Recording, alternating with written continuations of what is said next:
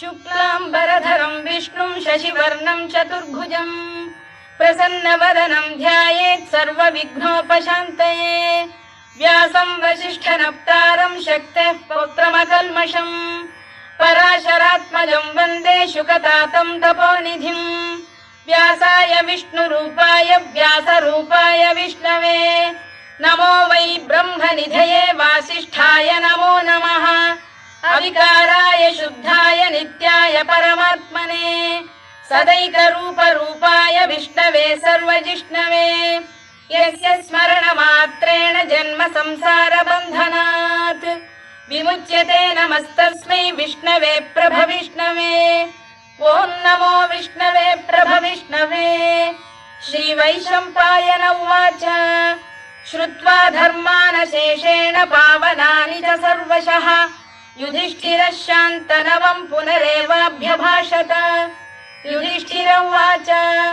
किमेकं दैवतं लोके किं वाप्येकं परायणम् स्तुवन्तः कङ्कमर्चन्तः प्राप्नुयुर्मानवा शुभम्। को धर्मः सर्वधर्माणां भवतः परमो मतः किं जपन्मुच्यते जन्तुर्जन्म संसारबन्धनात्। श्रीभीष्म उवाच जगत्प्रभुं देवदेवमनन्तं पुरुषोत्तमम् स्तुवन्नाम सहस्रेण पुरुषः सततोत्थितः तमेव चार्चयन् नित्यं भक्त्या पुरुषमव्ययम् ध्यायन् स्तुवन् नमस्यं च यजमानस्तमेव च अनादिनिधनं विष्णुं सर्वलोकमहेश्वरम् लोकाध्यक्षं स्तुवन् नित्यं सर्वदुःखातिगो भवेत्। ब्रह्मण्यं सर्वधर्मज्ञं लोकानां कीर्तिवर्धनम् लोकनाथं महद्भूतं सर्वभूतभवोद्भवम् एष मे सर्वधर्माणां धर्मोऽधिकतमो मतः यद्भक्त्या पुण्डरीकाक्षं स्तवैरच्चेन्नरः सदा परमं यो महत्तेजः परमं यो महत्तपः परमं यो महद्ब्रह्म परमं यः परायणम् पवित्राणां पवित्रं यो मङ्गलानां च मङ्गलम् दैवतं देवतानां च भूतानां यो व्ययः यतः सर्वाणि भूतानि भवन्त्यादियुगागमे यस्मिंश्च प्रलयं यान्ति पुनरेव युगक्षये तस्य लोकप्रधानस्य जगन्नाथस्य भूपते विष्णोर्नाम सहस्रं मे शृणु पापभयापहम् यानि नामानि गौणानि विख्यातानि महात्मनः ऋषिभिः परिगीतानि तानि वक्ष्यामि भूतये। ऋषिर्नाम्नां सहस्रस्य वेदव्यासो महामुनिः छन्दोऽनुष्टुप् तथा देवो भगवान् देवकीसुतः अमृतांशुद्भवो बीजं शक्तिर्देवकी नन्दनः त्रिसामाहृदयं तस्य शान्त्यर्थे विनियुज्यते विष्णुं जिष्णुं महाविष्णुं प्रभविष्णुं महेश्वरम् अनेकरूपदैत्यान्तं नमामि पुरुषोत्तमम्। अस्य श्रीविष्णोर्दिव्यसहस्रनामस्तोत्रमहामन्त्रस्य श्रीवेदव्यासो भगवान् ऋषिः अनुष्टुप्छन्दः श्रीमहाविष्णुः परमात्मा श्रीमन्नारायणो देवता अमृतांशुद्भवो भानुरिति बीजम् देवकी नन्दन श्रेष्ठेति शक्तिः उद्भवः क्षोभणो देव इति परमो मन्त्रः शङ्खबृन्नन्दकी चक्रीति कीलकम् शार्ङ्गधन्वा गदाधर इत्यस्त्रम् रथाङ्गपाणिरक्षोभ्य इति नेत्रम् त्रिसामासामरः सामेति कवचम् आनन्दं परब्रह्मेति योनिः ऋतुः सुदर्शनकार इति दिग्बन्धः श्रीविश्वरूप इति ध्यानम् श्रीमहाविष्णुप्रीत्यर्थे सहस्रनाम जपे विनियोगः। ध्यानम् क्षीरोदन्वत्प्रदेशे शुचिमणिविलसत्सैकते मौक्तिकानाम् मालाक्लुप्तासनस्थस्फटिकमणिनिभैर्मौक्तिकैर्मण्डिताङ्गः शुभ्रैरभ्रैरदभ्रैरुपरि विरचितैर्मुक्तपीयूषवर्षैः आनन्दीनः पुनीयादरिनलिन गदा शङ्खपाणिर्मुकुन्दः भूः पादौ यस्य नाभिर्वियदसुरनिलश्चन्द्रसूर्यौ च नेत्रे कर्णावाशा शिरोद्यौर्मुखमपि दहनो यस्य वास्तेयमब्धिः अन्तस्थं यस्य विश्वं सुरनरखगो भोगि गन्धर्वदैत्यैः चित्रं रम्यते तं त्रिभुवन वपुषं विष्णुमीशं नमामि। ॐ नमो भगवते वासुदेवाय। शान्ताकारं भुजगशयनं पद्मनाभं सुरेशं विश्वाधारं गगनसदृशं मेघवर्णं शुभाङ्गं लक्ष्मीकान्तं कमलनयनं योगिधृध्यानगम्यं वन्दे विष्णुं भवभयहरं सर्वलोकैकनाथम्। मेघश्यामं पीतकौशेयवासं श्रीवत्साङ्कं कौस्तुभोद्भासिताङ्गम् पुण्योपेतं पुण्डरीकायताक्षं विष्णुं वन्दे सर्वलोकैकनाथम्। नमः समस्तभूतानामादिभूताय भूभृते अनेकरूपरूपाय विष्णवे प्रभविष्णवे सशङ्खचक्रं सकिरीटकुण्डलं सपीतवस्त्रं सरसीरुभेक्षणं सहारवक्षस्थलशोभिकौस्तुभं नमामि विष्णुं शिरसा चतुर्भुजम्। छायायां पारिजातस्य हेमसिंहासनोपरि आसीनमम्बुदश्याममायताक्षमलङ्कृतम् चन्द्राननं चतुर्बाहुं श्रीवत्साङ्कितवक्षसम् रुक्मिणी सत्यभामाभ्यां सहितं कृष्णमाश्रये।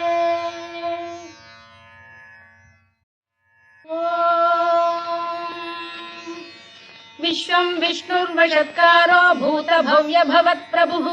भूतभृद्भावो भूतात्मा भूतभावनः भूतात्मा परमात्मा च मुक्तानां परमागतिः अव्ययः पुरुषः साक्षी क्षेत्रज्ञोऽक्षर एव च योगो योगविदां नेता प्रधानपुरुषेश्वरः नारसिंहवपुः श्रीमान् केशवः पुरुषोत्तमः सर्वशर्व शिवस्थाणुर्भूतादिर्निधिरव्ययः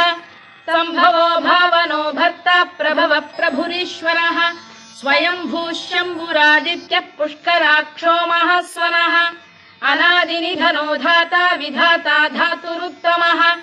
अप्रमेयो ऋषिकेशः पद्मनाभो मरप्रभुः विश्वकर्मा मनुस्पष्टा स्थविष्ठस्थविरो ध्रुवः अग्राह्यः शाश्वतः कृष्णो लोहिताक्षप्रदर्दनः प्रभूतस्त्रिककुब्धाम पवित्रं मङ्गलं परम् ईशान प्राणद प्राणो ज्येष्ठः श्रेष्ठः प्रजापतिः हिरण्यगर्भो भूगर्भो माधवो मधुसूदनः ईश्वरो विक्रमी धन्वी मेधावी विक्रमक्रमः अनुत्तमो दुराधर्षः कृतज्ञः कृतिरात्मवान् सुरेशः शरणं शर्म विश्वरेताः प्रजाभवः अधः संवत्सरो व्याल प्रत्ययः सर्वदर्शनः अजः सर्वेश्वरः सिद्धः सिद्धिः सर्वादिरच्युतः वृषाकपिरमेयात्मा सर्वयोगविनिसृतः वसुर्वसुमनः सत्यः समात्मा संमितः समः अमोघः पुण्डरीकाक्षो वृषकर्मा वृषाकृतिः रुद्रो बहुशिरा बभ्रुर्विश्वयोनिश्चुतिश्रवाः अमृतः शाश्वतस्थाणुर्वरारोहो महातपाः सर्वगः सर्वविद्भानुर्विश्वक्सेनो जनार्दनः वेदो वेदविदव्यङ्गो वेदाङ्गो वेदवित्कविः लोकाध्यक्षः सुराध्यक्षो धर्माध्यक्षः कृताकृतः चतुरात्मा चतुर्व्यूहश्चतुर्दंष्टश्चतुर्भुजः भ्राजिष्णुर्भोजनं भोक्ता सहिष्णुर्जगदादिजः अनघो विजयो जेता विश्वयोनिः पुनर्वसुः उपेन्द्रो वामनः प्रांशुरमोघः शुचिरूर्जितः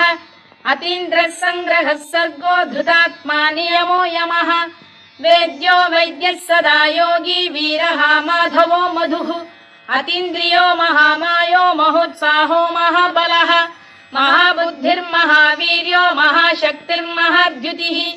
अनिर्देश्य वपुः श्रीमान् अमे आत्मा महाधृधृत् महेश्वासो महीभर्ता श्रीनिवासः सताङ्गतिः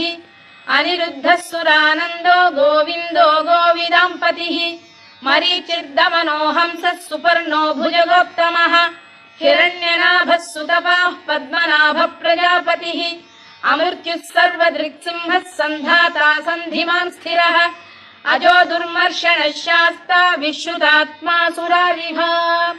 गुरुर्गुरुतमो धाम सत्यः सत्यपराक्रमः निमिषो निमिषस्रग्वी वाचस्पतिरुदारधीः अग्रणीर्ग्रामणी श्रीमान् न्यायो नेता समीरणः सहस्रमूर्धा विश्वात्मा सहस्राक्षः सहस्रपात् आवर्तनो निवृत्तात्मा संवृतः सम्प्रमर्दनः अधः संवर्तको वह्निरनिरोधरणीधरः सुप्रसाद प्रसन्नात्मा विश्वधृक् विश्वभुग्विभुः सत्कर्ता सत्कृतः साधुर्जह्नुर्नारायणो नरः असंख्येयो प्रमेयात्मा विशिष्टः शिष्टकृच्छुचिः सिद्धार्थः सिद्धसङ्कल्पः सिद्धिदः सिद्धिसाधनः वृषाही वृषभो विष्णुर्वृषपर्वा वृषोदरः वर्धनो वर्धमानश्च विविक्तः श्रुतिसागरः सुभुजो दुर्धरो वाग्मी महेन्द्रो वसुदो वसुः नैकरूपो बृहद्रूपः शिपिविष्टप्रकाशनः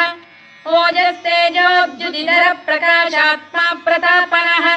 वृद्धस्पष्टाक्षरो मन्त्रश्चन्द्रांशुर्भास्करद्युतिः अमृतांशुद्धवो भानुः शशबिन्दुः सुरेश्वरः औषधं जगतः सेतुः सत्यधर्मपराक्रमः भूतभव्यभवन्नाथः पवनः पावनो नरः कामः कामकृत्कान्तः कामः कामप्रदप्रभुः युगादिकृद्युगावर्तो नैकमायो महाशनः अदृश्यो व्यक्तरूपश्च सहस्रजिदनन्तजित् इष्टो विशिष्टः शिष्टेष्टः शिखण्डी नघुषो वृषः क्रोधः क्रोधकृत्कर्ता विश्वबाहुर्महीधरः अच्युत प्रथित प्राण प्राणदो वासवानुजः अपां निधिरधिष्ठानमप्रमत्त प्रतिष्ठितः स्कन्द स्कन्दधरो धुर्यो वरदो वायुवाहनः वासुदेवो बृहद्भानुरादिदेवः पुरन्दरः अशोकस्तारणस्तारः शूरः शौरिर्जनेश्वरः अनुकूलः शतावर्तः पद्मी पद्मनिभेक्षणः पद्मनाभोरविन्दाक्षः पद्मगर्भः शरीरभृत् महर्धिर्वृद्धो वृद्धात्मा महाक्षो गरुडध्वजः अतुलः शरभो भीमः समयज्ञो हविर्हरिः सर्वलक्षणलक्षण्यो लक्ष्मीवान् समितिञ्जयः विक्षरो रोहितो मार्गो हेतुर्दामोदरः सः महीधरो महाभागो वेगवानमिताशनः उद्भवः क्षोभणो देवः श्रीगर्भः परमेश्वरः करणं कारणं कर्ता विकर्ता गहनो गुहः व्यवसायो व्यवस्थानः संस्थानस्थानदो ध्रुवः परधिः परमस्पष्टः तुष्टः पुष्टः शुभेक्षणः रामो विरामो विरतो मार्गो नेयोनयोनयः वीरः शक्तिमतां श्रेष्ठो धर्मो धर्मविदुत्तमः वैकुण्ठः पुरुष प्राण प्राणद प्रणवपृतुः हिरण्यगर्भः शत्रुघ्नो व्याप्तो वायुरधोक्षजः ऋतुः सुदर्शनकालः परमेष्ठी परिग्रहः उग्रः संवत्सरो दक्षो विश्रामो विश्वदक्षिणः विस्तारस्थावरस्थाणुः प्रमाणं बीजमव्ययम् अर्थोऽनर्थो महाकोशो महाभोगो महाधनः अनिर्विण्णस्थविष्ठो भूर्धर्मयूपो महामखः नक्षत्रनेमिर्नक्षत्री क्षमः क्षामः समीहनः यज्ञयुज्यो महेज्यश्च क्रतुः सत्रं सदां गतिः सर्वदर्शी विमुक्तात्मा सर्वज्ञो ज्ञानमुत्तमम् सुव्रतः सुमुखः सूक्ष्मः सुघोषः सुखदः सुहृद् मनोहरो जितक्रोधो वीरबाहुर्विदारणः स्वापनः स्ववशो व्यापी नैकात्मा नैककर्मकृत् वत्सरो वत्सलो वत्सी रत्नगर्भोधनेश्वरः धर्मकृद्धर्मी सदसक्षरमक्षरम् अविज्ञाता सहस्रांशुर्विधाता कृतलक्षणः गभस्तिनेमिः सप्तस्तः सिंहो भूतमहेश्वरः आदिदेवो महादेवो देवेशो देवभृद्गुरुः उत्तरो गोपतिर्गोप्ता ज्ञानगम्यः पुरातनः शरीरभूतभृद्भोक्ता कपीन्द्रो भूरि दक्षिणः सोमपोऽमृतपः सोमः पुरुजित् पुरुषत्तमः विनयो जयः सत्यसन्धो दाशार्हः सात्वतां पतिः जीवो विनयिता साक्षी मुकुन्दो मितविक्रमः अम्भोनिधिरनन्तात्मा महोदधिशयोऽन्तकः अजो महार्घः स्वाभाव्यो जितामित्रप्रमोदनः आनन्दो नन्दनो नन्दः सत्यधर्मात्रिविक्रमः महर्षि कपिलाचार्यः कृतज्ञो मेदिनीपतिः त्रिपदस्त्रिदशाध्यक्षो महाशृङ्गकृतान्तकृत् महावराहो गोविन्दः सुषेणः कनकाङ्गनी गुह्यो गभीरो गहनो गुप्तश्चक्रगदाधरः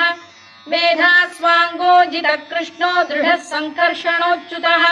वरुणो वारुणो वृक्षः पुष्कराक्षो महामनाः भगवान् भगहानन्दी वनमाली हलायुधः आदित्यो ज्योतिरादित्यः सहिष्णुर्गतिसत्तमः सुधन्वाखण्ड परशुर्दारुणो द्रविणप्रदः दिवस्पृक् सर्वदृग्व्यासो वाचस्पतिरयो निजः त्रिसामासामगः साम निर्वाणम् भेषजम् भिषज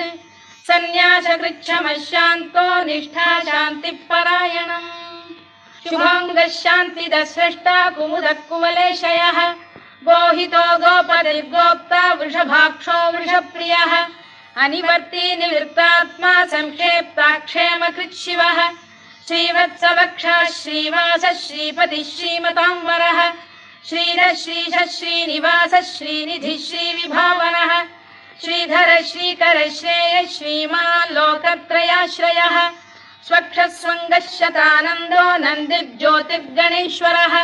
विजितात्मा विधेयात्मा सत्कीर्तिश्चिन्न संशयः उदीर्णः सर्वतश्चक्षुरनीशः शाश्वतस्थिरः भूषयो भूषणो भूतिर्विशोकः शोकनाशनः अर्चिष्मानर्चितः कुम्भो विशुद्धात्मा विशोधनः अनिरुद्धो प्रतिरथ प्रद्युम्नोमित विक्रमः कालनेमिनिः वीरः शौरिः शूरजनेश्वरः त्रिलोकात्मा त्रिलोकेशः केशवः केशिहा हरिः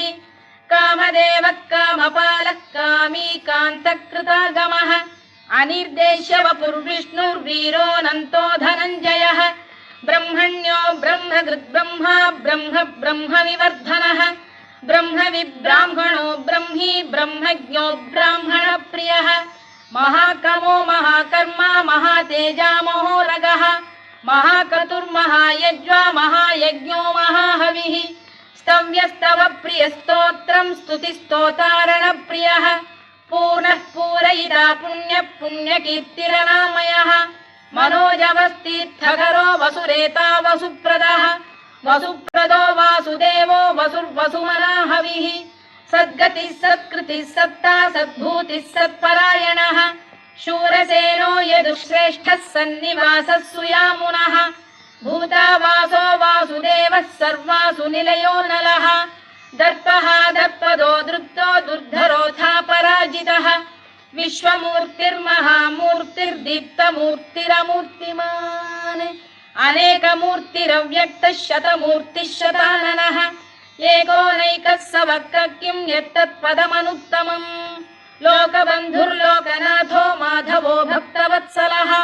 सुवर्णवर्णो हेमाङ्गो वराङ्गश्चन्दनाङ्गदी वीरः विषमः शून्यो घृताशीरचरश्चरः अमानी मानदो मान्यो लोकस्वामी त्रिलोकधृत् सुमेधा मेधजो धन्यः सत्यमेधाधराधरः तेजो वृषोद्युतिधरः सर्वशत्रभृताम्बरः प्रग्रहो निग्रहो व्यग्रो नैकशृङ्गो गदाग्रजः चतुर्मूर्तिश्चतुर्बाहुश्चतुर्व्यूहश्चतुर्गतिः चतुरात्मा चतुर्भावश्चतुर्वेदविदेकपात् समावर्तो निवृत्तात्मा दुर्जयो दुरतिक्रमः दुर्लभो दुर्गमो दुर्गो दुरावासो दुरारिः शुभाङ्गो लोकसारङ्गः सुतन्तुस्तन्तु वर्धनः इन्द्रकर्मा महाकर्मा कृतकर्मा कृतागमः उद्भवः सुन्दरः सुन्दो रत्ननाभः सुलोचनः अर्को वाजसनः शृङ्गी जयन्तः सर्वविजयी सुवर्णबिन्दुरक्षोभ्यः सर्ववागीश्वरेश्वरः महाह्रदो महागर्तो महाभूतो महानिधिः कुमुदः कुन्दरः कुन्दः पर्जन्यः पावनो निलः अमृताशोऽमृतवपुः सर्वज्ञः सर्वतोमुखः सुलभः सुव्रतः सिद्धः शत्रुजिच्छत्रुतापनः न्यग्रोधोदुम्बरोश्वत्तश्चाणूरान्ध्रैषूदनः सहस्रार्चिः सप्तजिह्वः सप्तैधा सप्तवाहनः अमूर्तिरनघोचिन्त्यो भयकृद्भयनाशनः अणुबृहत्कृशस्थूलो गुणभृन्निर्गुणो महान् अधृतस्वधृतस्वास्य प्राग्वंशो वंशवर्धनः भारभृत्कथितो योगी योगीशः सर्वकामदः आश्रमश्रमणः क्षामः सुपर्णो वायुवाहनः धनुर्धरो धनुर्वेदो दण्डो दमयिता दमः अपराजितः सर्वसहो नियन्ता नियमो यमः सत्त्ववान् सात्विकः सत्यः सत्यधर्मपरायणः अभिप्रायप्रियार्होः प्रियकृत्प्रीतिवर्धनः विहाय सगदिर्ज्योतिः सुरुचिर्पुतभुग्विभुः रविर्विरोचनः सूर्यः सविता रविलोचनः अनन्तो हुतभुग्भोक्ता सुखदो नैकजोऽग्रजः अनिर्विण्णः सदामर्षी लोकाधिष्ठानमद्भुतः सनातनतमः कपिलः कपिरव्ययः स्वस्तिदः स्वस्तिकृत् स्वस्तिः स्वस्ति भुक् स्वस्ति दक्षिणः आरौद्रः कुण्डली चक्री विक्रम्यूर्जितशासनः शब्दातिगः शब्दसः शिशिरः शर्वरीकरः अक्रूरपेशलो दक्षो दक्षिणः क्षमिणां वरः विद्वत्तमो वीतभयः पुण्यश्रवणकीर्तनः उत्तारणो दुष्कृतिः पुण्यो दुःस्वप्ननाशनः वीरः रक्षणः सन्तो जीवनपर्यवस्थितः अनन्तरूपोऽनन्तश्रीर्जितमन्युर्भयापहः चतुरश्रो गभीरात्मा विदिशो व्यादिशो दिशः अनादिर्भूर्भुवो लक्ष्मी सुवीरो रुचिराङ्गदः जननो जनजन्मादिर्भीमो भीमपराक्रमः आधारनिलयो धाता पुष्पहास प्रजागरः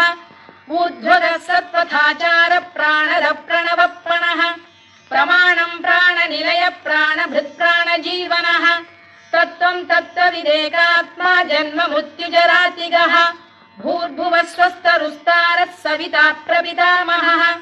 यज्ञो यज्ञपतिर्यज्वा यज्ञाङ्गो यज्ञवाहनः यज्ञभृद्यज्ञकृद्यज्ञी यज्ञभुग्यज्ञसाधनः यज्ञान्तकृद्यज्ञगुह्यमन्नमन्नाद एव च आत्मयोनिः स्वयं जातो वैखानः सामगायनः देवकीनन्दनः स्रष्टा क्षितीशः पापनाशनः शङ्खबृन्नन्दकी चक्री शार्ङ्गधन्वा गदाधरः तथाङ्गपाणिरक्षोभ्यः सर्वप्रहरणायुधः सर्वप्रहरणायुध ॐ नम इति वनमाली गरीशाङ्गी शङ्खी चक्री च नन्दकी श्रीमान्नारायणो विष्णुर्वासुदेवोऽभिरक्षतु वनमाली गरीशाङ्गी शङ्खी चक्री च नन्दकी श्रीमान्नारायणो विष्णुर्वासुदेवोऽभिरक्षतु वनमाली गरीशाङ्गी शङ्खी चक्री च नन्दकी श्रीमान्नारायणो विष्णुर्वासुदेवोऽभिरक्षतु इतीदं कीर्तनीयस्य केशवस्य महात्मनः नाम्नां सहस्रं दिव्यानामशेषेण प्रकीर्तितम् य इदं शृणुयात् नित्यं यश्चापि परिकीर्तयेत् नाशुभं प्राप्नुयात् किञ्चित् सोमुत्रेह च मानवः वेदान्तको ब्राह्मणः स्यात् क्षत्रियो विजयी भवेत् वैश्यो धनसमृद्धः स्यात् शूद्रः सुखमवाप्नुयात्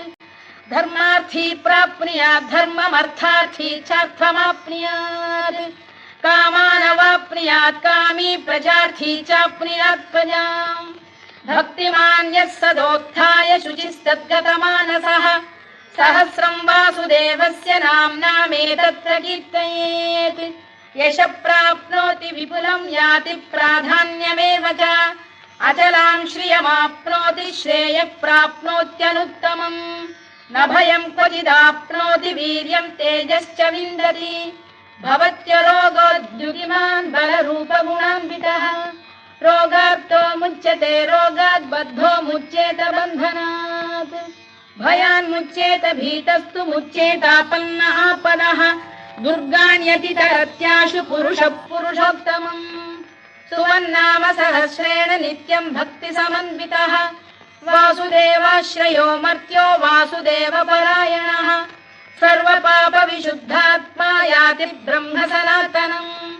न वासुदेव भक्तानामशुभं विद्यते क्वचित् जन्म मृत्युजरा व्याधि भयं नैवोपजायते इमं स्तवमधीयानः श्रद्धा भक्ति समन्वितः युज्येतात्मसुखक्षान्तिः श्रीधृतिस्मृतिकीर्तिभिः न क्रोधो न च मात्सर्यं न लोभो न शुभामतिः भवन्ति कृतपुण्यानां भक्तानां पुरुषोत्तमे द्यौसचन्द्रार्कनक्षत्राखं दिशो भूर्महोदधिः वासुदेवस्य वीर्येण विधृतानि महात्मनः ससुरासुरगन्धर्वं सयक्षोरगराक्षसम् जगत्वशे वर्ततेदं कृष्णस्य सचराचरम् इन्द्रियाणि मनो बुद्धिः सत्त्वं तेजो बलं धृतिः वासुदेवात्मकान्याहुः क्षेत्रं क्षेत्रज्ञ एव च सर्वागमानामाचार प्रथमं परिकल्पते आचार प्रभवो धर्मो धर्मस्य प्रभुरच्युतः ऋषयः पितरो देवा महाभूतानि धातवः जङ्गमा जङ्गमं चेदं जगन्नारायणोद्भवम् योगो ज्ञानं तथा साङ्ख्यं विद्या शिल्पादिकर्म च वेदाः शास्त्राणि विज्ञानमेतत् सर्वं जनार्दनात् एको विष्णुर्महद्भूतं पृथग्भूतान्यनेकशः त्रीन् लोकान् व्याप्य भूतात्मा भुङ्क्ते विश्वभुवव्ययः इमं स्तवं भगवतो विष्णोर्व्यासेन कीर्तितम् पठेद्य इच्छेत् पुरुषः श्रेयत् प्राप्तुं सुखानि च विश्वेश्वरमजं देवं जगतः प्रभुमव्ययम् भजन्ति ये पुष्कराक्षं न ते यान्ति पराभवम् न ते यान्ति पराभवम् ओन्नमयिति अर्जुनोवाच पद्मपत्र विशालाक्ष पद्मनाभ सुरोत्तमा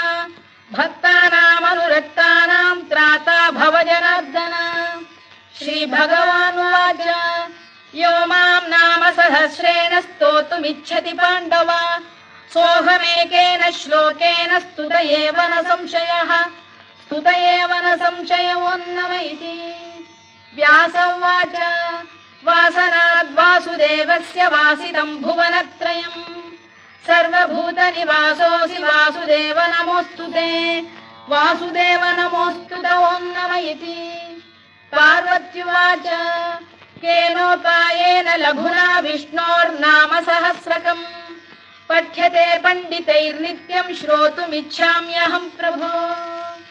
ईश्वर उवाच श्रीराम राम रामेति रमे रामे मनोरमे सहस्रनाम तत्तुल्यं राम नाम वरानने श्रीराम राम रामेति रमे रामे मनोरमे सहस्रनाम तत्तुल्यं राम नाम वरानने श्रीराम राम रामेति रमे रामे मनोरमे सहस्रनाम तत्तुल्यं राम नाम वरानने राम नाम वरानन ओन्नमयिति ब्रह्मोवाच नमोऽस्त्वनन्ताय सहस्रमूर्तये सहस्रपादाक्षि शिरोरुबाहवे